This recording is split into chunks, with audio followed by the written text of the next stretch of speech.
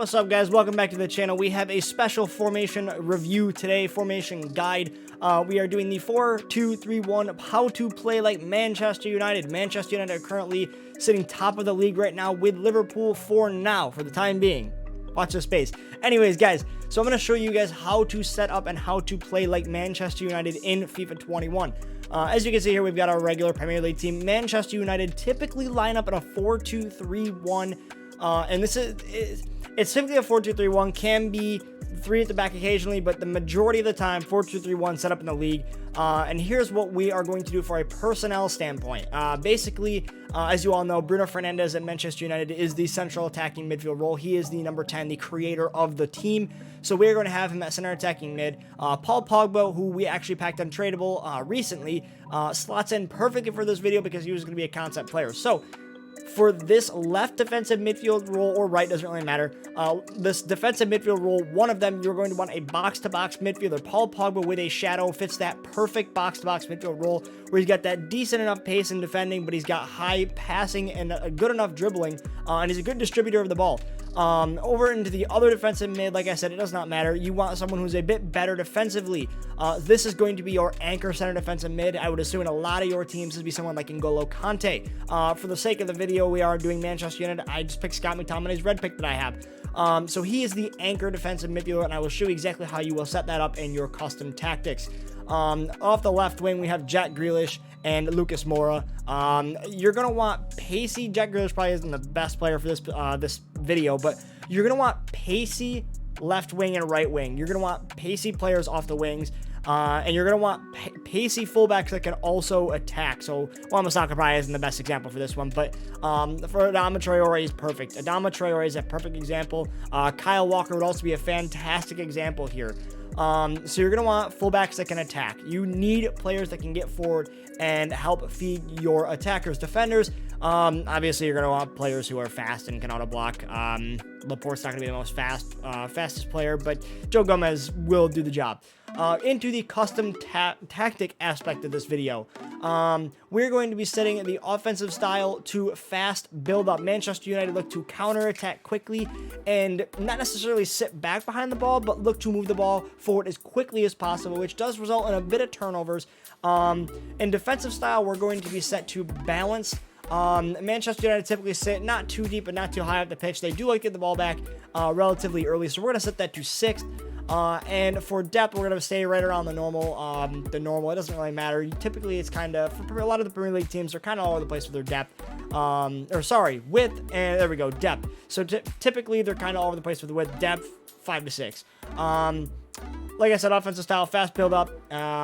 Width, we are going to want to play a bit more wide. We don't want to be too wide where it stretches the center back. So we want it to be somewhat wide. Manchester United typically don't cross the ball an awful lot. They do a somewhat amount, but typically they play around the box and look to play passes in and around the box. So we don't want too many players up. We do actually play with a fair amount of players from corners and free kicks. Typically, a lot of the free kicks Manchester United take are on target. So we'll go, say, 4 players in the box. And then corners will set that to either 2 or 3, depends on your comfort level, and free kicks 2 or 1, typically not a lot of players in the box. Into the instructions, this is the most important part of any formation guide. Essentially, where Jota is right now would be the Anthony Martial role, and he's been playing not as a center forward, he's definitely been your more traditional number 9 striker role. But we're going to be setting him as a false 9. That is a tactic we're going to be using to get the striker. We're going to want a striker that has a decent passing rating. So Jota actually would fit this build pretty well. So we want a false 9 for the striker. Balanced width, if you find that they're kind of getting all over the place, I would prefer to set this to stay central. I apologize. Stay central, but it's up to you. I would go with stay central, so we're going to sit with that. Basic defensive support. We don't want them coming back too far. We also don't want them staying forward where they're completely out of the play, because obviously as a false 9, we do want them dropping a little bit back but staying somewhat forward, so we can still hit them on a bit of a counterattack if we have to. Aggressive interceptions. Manchester United do like to press. And we're not doing it in the tactics, because in the tactics it can get you caught out and ruin your player stamina, whereas the aggressive interceptions is a bit of a press without necessarily a press.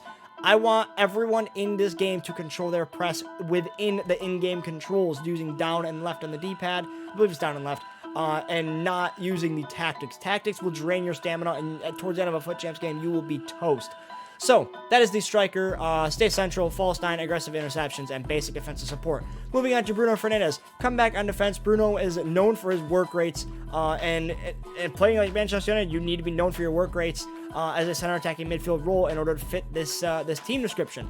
Balanced crossing runs, free roam is going to be the most important thing. We want our center attacking midfielder to be roaming all over the pitch to try and create the most space and create the most opportunities as possible, especially when you've got your false 9 dropping into the midfield. We want Bruno running around and creating space and making runs off of the striker. Aggressive interceptions as well, because obviously the high press. So not much going here. Come back in defense, base or balanced crossing runs, free roam, and aggressive interceptions. That is all for the center attacking midfield. Left wing and right wing, these are both the same. We want them to come back on defense, cut inside, and get in behind. So essentially what you're going to want to do, those of you who watch Marcus Rashford play this season, he bombs down the wing and usually receives passes from either Luke Shaw or Alex Telles, and then he tends to cut inside on that right foot. That's exactly what we want to do, and the left back and right back will feed into this. So we want players, both our wingers, bombing down the wings but cutting inside. So that is exactly where it says get in behind and cut inside. That's exactly what that is. But also coming back on defense, so high stamina could be useful, and a medium work rate is probably minimum requirement for this. Aggressive interceptions for the high press as well, and then get into the box for cross. Rashford is no stranger to getting into the box for a weak-sided cross, so we'll do this exact same thing. Right wing at the minute. Typically, whenever we play the right winger, it is usually Mason Greenwood, so we will we'll just assume that he plays the same role as the left wing. Typically, he doesn't quite get into the box for cross as much, stays on the edge of the box. But we want to keep things pretty balanced here. Going to the defensive midfield roles, Pogba is your box-to-box. We want him set to cut passing lanes, balanced attack, and normal interceptions. We don't have him getting too aggressive with the interceptions, and we also want him getting somewhat forward, but staying back a little bit so he's not completely out of the defensive picture. Cover center as well, because we don't want him playing off the left wing. Wouldn't make any sense. We already have a left wing. And then McTominay is your box-to-box, your anchored defensive midfielder, not your box-to-box. We're going to set him to cut passing lanes, stay back while attacking. If you feel like he's getting a bit too far forward and you are getting caught out, you can just throw to drop between defenders. Not a massive deal. And normal interceptions. Personally, for me, I'm going to stay back while attacking. But like I said, either or, does not matter. And then normal interceptions, we don't want him going flying in for interceptions and leaving the back line exposed. And then cover center because of the reason we mentioned with Pogba. Moving on to the fullbacks. These are both the fullbacks. We'll go with Adama so we can get the Rashford example in there. So we want basically how Manchester United, they're high tempo, everyone attacking, and then kind of track back with the majority of their players. So with our fullbacks, we want a balanced attack. With Adama, with a high work rate defender, we probably set it to stay back while attacking because he's going to get forward anyways. But with a medium or low attacking work rate, we probably set it to balanced attack. So for example, like with Wan-Bissaka, we can set him to balanced attack. I think he's got a mid attacking work rate. But with Adama, anyways, with an average left backs, balanced attack, normal interceptions, and overlap. So essentially, when you've got your winger, such as Jack Grealish, bombing down the wing and cutting inside, you want your fullback to be overlapping on the left side. This for left wing, and obviously vice versa on the right. If you got your winger bombing down the right side, you want your right back overlapping on the right. Basically, what this does is if you have nothing in the center of the pitch, you will have a triangle ball to your fullback who can then cross in the ball. It just creates a lot of options. You can look to shoot when you cut inside. You can look to pass it across the box. You can look to move it back, play it back, and start over. Or you can also look to play a line-breaking pass in through to your fullback, who will then be running to the byline to whip it across.